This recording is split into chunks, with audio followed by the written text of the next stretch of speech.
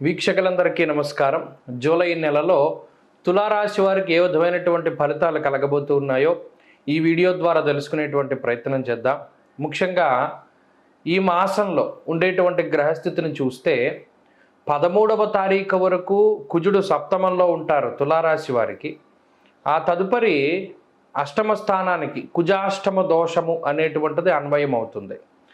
17వ తారీఖు వరకు భాగ్యరవి ఉంటారు. 17వ తారీఖు తర్వాత దశమ రవి, అంటే రవి అనుకూలిస్తారు.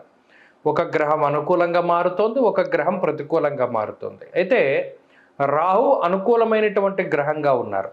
అష్టమ స్థానంలో కుజుడితో పాటుగా గురువు కూడా ఉన్నారు. ఈ విషయాన్ని మనం దృష్టిలో పెట్టుకున్నప్పుడు ఈ మాసం మధ్యస్థంగా ఉంటుంది. అంటే ఇదంతా ప్రతికూలతతోటి ఉండదు, అలానే అంత అనుకూలంగా కూడా ఉండదు. చాలా మధ్యస్థమైనటువంటి ఫలితాలను మనం ఆశించవచ్చును జూలై నెలలో ఉన్నటువంటి గ్రహస్థితి రీత్యా. అష్టమ స్థానంలోకి కుజుడు చేరడం, అష్టమంలోనే ఉన్నటువంటి గురుగ్రహంతో కలిసి ఉండడం వల్ల ప్రవాసం కార్యహాని స్యాత్, కసరోగం ప్రపీడనం అన్నది శాస్త్రం. అయితే ఈ కుజగురుల యొక్క యుతి ఏదైతే ఉన్నదో దానివల్ల కొంత రుణబాధలు అనేటువంటివి పెరగడానికి అవకాశాలు ఉంటాయి. ఇది ఒక్కటి ప్రధానంగా గుర్తుపెట్టుకోవాలి. అలాగే కుజాష్టమం అష్టమ గురు యొక్క దోషం వల్ల ఏమవుతుంది అంటే ఆరోగ్యపరమైనటువంటి సమస్యలకి అవకాశం ఉంటుంది. రెండిటి మీద ఈ గ్రహస్థితి ప్రధానంగా ఫలితం చూపిస్తుంది. ఒకటి ఆరోగ్యము, రెండు సంపద, ఆర్థిక పరిస్థితులు. ఆరోగ్యము, ఆర్థిక పరిస్థితులు ఈ రెండింటి మీద ప్రభావాన్ని చూపెడుతుంది. మరి ఇవి ప్రతికూలతను చూపించే గ్రహాలు కదా, వీటి నుండి కాపాడే గ్రహాలు ఉన్నాయా? ఎందుకు లేవు? ఆ రాహు 6వ స్థానంలో ఉన్నారు. 6లో రాహువు ఒకే దెబ్బకి రెండింటి నుండి కాపాడగల సమర్థులు. అటు ఆరోగ్యాన్ని ఇస్తారు, అటు ఆర్థిక పరిస్థితుల్ని మెరుగుపరుస్తారు. అయితే రాహుకి ఇంకొక గ్రహం తోడయ్యి 17వ తారీఖు నుండి రవి కూడా అనుకూలంగా ఉన్నారు. అంటే 17 నుండి దశమ రవి దిగ్బలయుక్తుడైనటువంటి రవి వల్ల అటు ఆనందము, ఉత్సాహము, ఆరోగ్యం ఇవన్నీ కూడా కలుస్తాయి. మరి అప్పటి వరకు కొంత జాగ్రత్తగా ఉండాలి. అనగా ప్రధానంగా చూసుకున్నప్పుడు 13వ తారీఖు దగ్గర నుండి 17వ తారీఖు వరకు ఉన్నటువంటి రోజులు మాత్రం కొంత జాగ్రత్తగా తులారాశి వారు గడపాలి. ఆరోగ్యపరమైనటువంటి విషయాలను చూస్తే కుజాష్టమ దోషం ఉన్నప్పుడు అటు విద్యుత్ వల్ల కానీ, అగ్ని వల్ల కానీ, పదునైనటువంటి పనిముట్ల వల్ల కానీ, లేదా విషపూరితమైనటువంటి జంతువుల వల్ల కానీ, అస్త్రశస్త్ర పరమైనటువంటి అంటే అస్త్రాల వల్ల కానీ, శస్త్రముల వల్ల కానీ బాధలు వస్తాయి అనేటువంటిది చెప్పారు.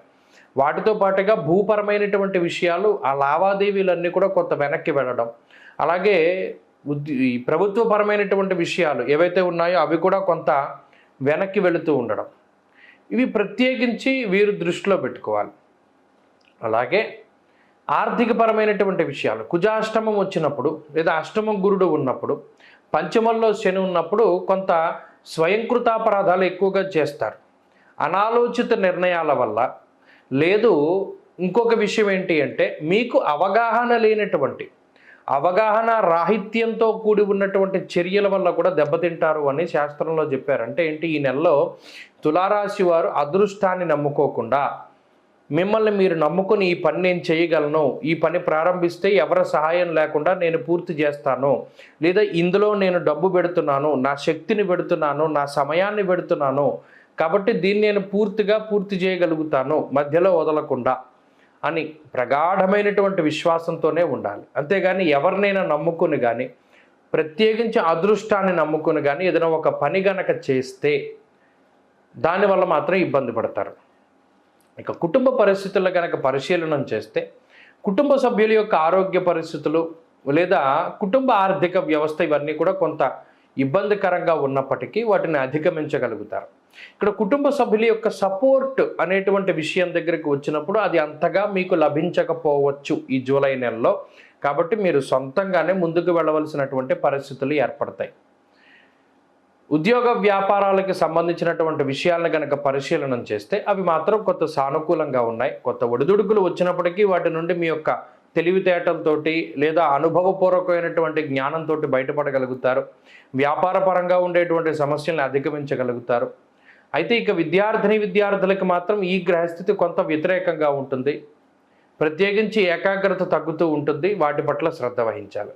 స్త్రీలకు ప్రత్యేకించి ఈ గ్రహస్థితి మానసికమైనటువంటి అశాంతికి ఎక్కువగా కారణమవుతుంది.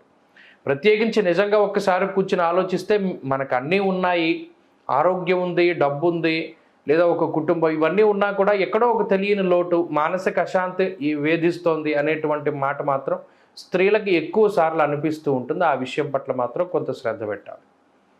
తులారాశి వారు ఈ జూలై నెలలో మరింత మంచి ఫలితాలు, ఇప్పుడు ఇచ్చేటువంటి ఈ అష్టమ కుజ అష్టమ గురు దోషాలు పోయి మంచి ఫలితాలను సాధించడానికై లక్ష్మీ నరసింహస్వామి వారి యొక్క ఆరాధన ఎక్కువగా చేస్తూ ఉండాలి.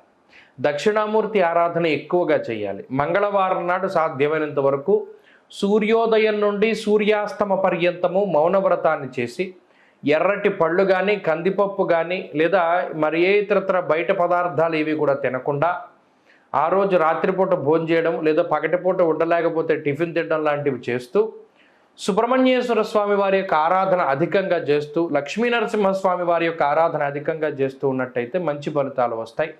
రుణ విమోచన అంగారక స్తోత్రాన్ని, లక్ష్మీ నరసింహ కరావలంబ స్తోత్రాన్ని ప్రతినిత్యం పారాయణ చేయండి. మంచి ఫలితాలు సంప్రాప్తమవుతాయి. స్వస్తి.